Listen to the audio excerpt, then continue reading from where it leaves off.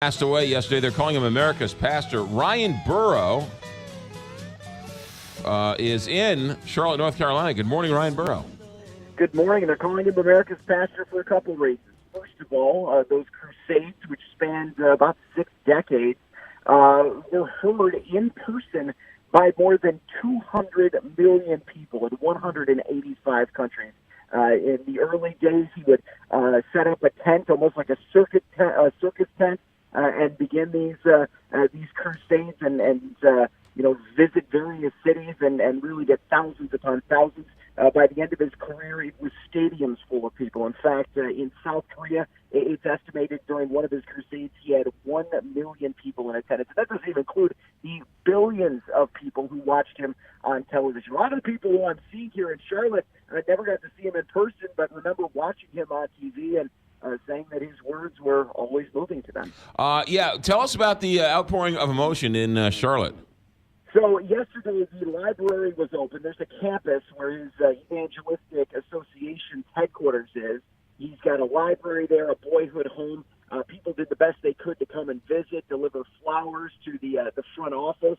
They wanted to pay their respects. And actually, that is where the burial location will be, right next to his wife, Ruth. It's empty right now, obviously. But they shut it down last night, the library and really the whole campus, everyone but media. They're going to start erecting a tent where the funeral will be held a week from Friday, tent style, just like the Crusades used to be.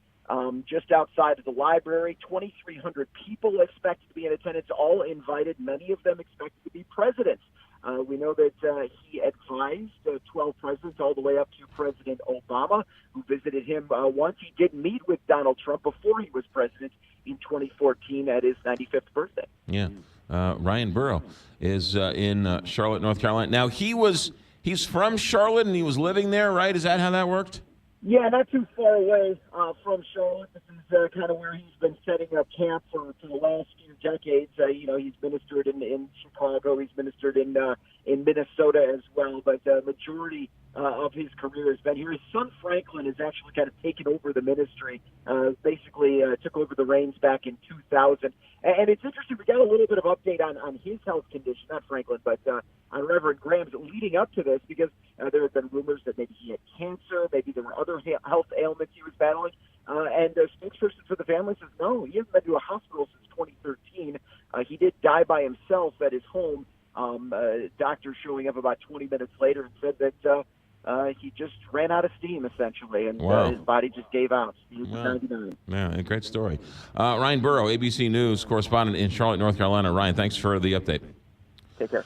Yesterday, I heard a quote that was attributed to Billy Graham. I'll read you the quote, and then I went to do a little more research on the quote. But they said that Billy Graham said of his own death, "Someday you will read or hear that Billy Graham is dead.